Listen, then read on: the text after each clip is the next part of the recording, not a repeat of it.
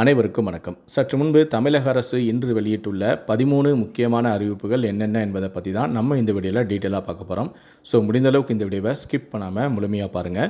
இந்த வீடியோக்குள்ளே போகிறதுக்கு முன்னாடி இந்த வீடியோக்கு ஒரு லைக் பட்டனை ப்ரெஸ் பண்ணிடுங்க. நீங்கள் இது வரைக்கும் என்னோட சேனலை சப்ஸ்கிரைப் பண்ணாமல் இருந்தீங்கன்னா மறக்காமல் சப்ஸ்கிரைப் பண்ணிக்கோங்க. கூடவே அந்த பெல் சிம்லையும் மறக்காமல் கிளிக் பண்ணிக்கோங்க. சரி, வாங்க இப்போ நாம் வீடியோக்குள்ளே போகலாம். முதல் அறிவிப்பு: பொறியியல் படிப்புக்கான விண்ணப்ப கட்டணம் செலுத்திய 2,41,000 மாணவர்களுக்கான தரவரிசை பட்டியலை உயர்கல்வித்துறை அமைச்சரான செழியன் வெளியிட்டுள்ளார். தமிழ்நாட்டில் பொறியியல் படிப்புக்கான பொதுப்பிரிவு கலந்தாய்வு ஜூலை 14ஆம் தேதி தொடங்கி ஆகஸ்ட் 19ஆம் தேதி வரை நடைபெறும். சிறப்பு பிரிவினருக்கான கலந்தாய்வு ஜூன் 7ஆம் தேதி முதல் 11ஆம் தேதி வரை நடைபெறுகிறது. பொறியியல் படிப்புக்காக துணை கலந்தாய்வானது ஆகஸ்ட் 21 முதல் 23ஆம் தேதி வரை நடக்கிறது. கடந்த ஆண்டை விட நடப்பாண்டு பொறியியல் படிப்புக்கு 40,645 பேர் கூடுதலாக விண்ணப்பித்துள்ளனர். இரண்டாவது அறிவிப்பு: தண்டவாள பராமரிப்பு பணி காரணமாக இன்று ஜூன் 28, நாளை 29இல் கும்மிடிப்பூண்டி ரயில் சேவையில் மாற்றம் செய்யப்பட்டுள்ளது. கவரைப்பேட்டையிலிருந்து கும்மிடிப்பூண்டி ரயில் நிலையங்களுக்கிடையே ஜூன் 28, 29இல் 21 புறநகர் ரயில்கள் ரத்து செய்யப்பட்டுள்ளது. பகல் 1:15 மணி முதல் மாலை 5:15 மணி வரை பணிகள் நடப்பதால் கும்மிடிப்பூண்டி சூலூர்பேட்டை ரயில் சேவையில் மாற்றங்கள் செய்யப்பட்டுள்ளது. ஜூன் 26, 28, 29இல் சென்னை சென்ட்ரலிலிருந்து பொன்னேரி, மீஞ்சூர், எண்ணூர் இடையே 10 சிறப்பு ரயில்கள் இயக்கப்படும் எனவும் தெரிவிக்கப்பட்டுள்ளது.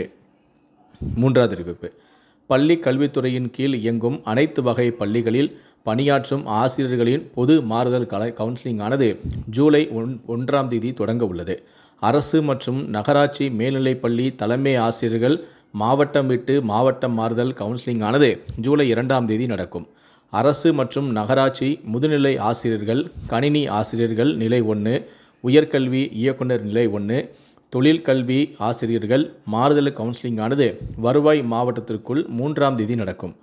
முதுநிலை ஆசிரியர்கள், கணினி ஆசிரியர்கள் நிலை 1, உயர்கல்வி இயக்குனர் நிலை 1, தொழிற்கல்வி ஆசிரியர்கள் மாவட்டம் விட்டு மாவட்டம் மாறுதலானது 4ஆம் தேதி முதல் 8ஆம் தேதி வரை நடக்கும் என்று பள்ளி கல்வித்துறை அறிவித்துள்ளது.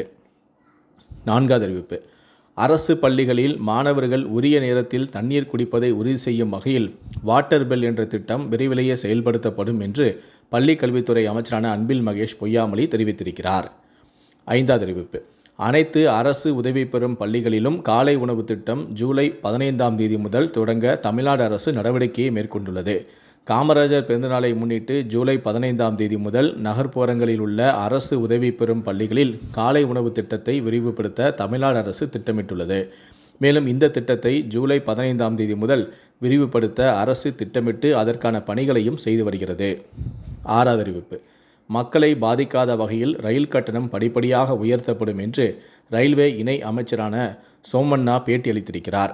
காஞ்சிபுரத்தில் புதிய ரயில் நிலையத்தில் ஆய்வும் செய்தார். பரந்தூரில் விமான நிலையம் அமையவுள்ள பகுதியில் ரயில் நிலையம் அமைப்பது குறித்து பரிசீலனையில் உள்ளது எனவும் கூறியுள்ளார்.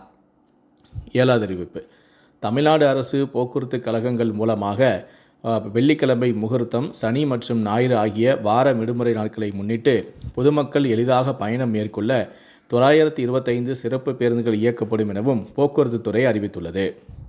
எட்டாவது அறிவிப்பு: வடமேற்கு வங்கக்கடல் பகுதி மற்றும் அதனை ஒட்டிய பகுதிகளில் ஒரு புதிய காற்றழுத்த தாழ்வு பகுதி உருவாகியுள்ளது. கோவை மாவட்ட மலைப்பகுதிகள் மற்றும் நீலகிரி மாவட்டத்தில் ஓரிரு இடங்களில் இன்று 28ஆம் தேதி இடிமின்னலுடன் கூடிய சூறைக்காற்றுடன் மழை பெய்ய வாய்ப்புள்ளது. அதன் தொடர்ச்சியாக 29ஆம் தேதி முதல் ஜூலை 2ஆம் தேதி வரை தமிழகத்தில் ஓரிரு இடங்களிலும் மழை பெய்ய வாய்ப்புள்ளது. சென்னையில் இன்று வானம் ஓரளவு மேகமூட்டத்துடன் காணப்படும் எனவும் நகரின் ஒரு சில இடங்களில் லேசான மழை பெய்ய வாய்ப்புள்ளது எனவும் அதிகபட்ச வெப்பநிலையானது 100 டிகிரி இருக்கும் எனவும் கூறியுள்ளது.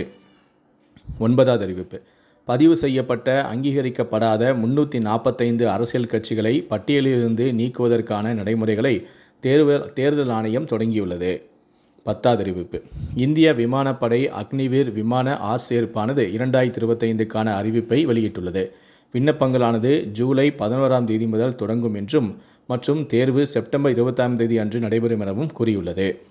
11வது அறிவிப்பு: விவசாயிகளுக்கான ஏற்றுமதி நடைமுறைகள் குறித்த 3 நாள் இலவச பயிற்சியானது வரும் 9/7/2025 முதல் 11/7/2025 வரை காலை 10 மணி முதல் மாலை 5 மணி வரை நடைபெற உள்ளது. தமிழ்நாடு அரசு அறிவிப்பு. இந்த பயிற்சி பற்றிய கூடுதல் விவரங்களை பெற விரும்புவோர் editn.in என்ற இணையதளத்தில் தெரிந்து கொள்ளலாம். 12வது அறிவிப்பு. தமிழக அரசின் தொழில் முனைவோர் மேம்பாடு மற்றும் புத்தாக்க நிறுவனம் சார்பில் சென்னையில் 2 நாட்கள் தொழில் முனைவோர் மேம்பாடு திட்டம் பேக்கரி பொருட்கள் தயாரித்தல் பயிற்சியானது வரும் 30ஆம் தேதி முதல் 1ஆம் தேதி வரை காலை 10 மணி முதல் மாலை 5 மணி வரை நடைபெற உள்ளது. 13வது அறிவிப்பு. விடுபட்ட மகளிருக்கு ஆகஸ்ட் செப்டம்பருக்குள் உரிமைத் தொகை வழங்க நடவடிக்கை எடுக்கப்படும் எனவும், மேலும் கலைஞர் கனவு இல்லத்திட்டத்தில் 2030க்குள் 6 ஆண்டுகளில் 8 லட்சம் காங்கிரீட் வீடுகள் கட்டி தரப்படும் எனவும் முதலமைச்சர் மு.க. ஸ்டாலின் அறிவிப்பொன்றை வெளியிட்டிருக்கிறார்.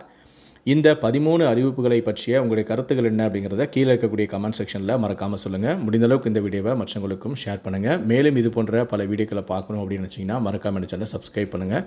கூடவே அந்த பெல் சிம்பிளையும் மறக்காமல் கிளிக் பண்ணுங்கள். நன்றி, வணக்கம்.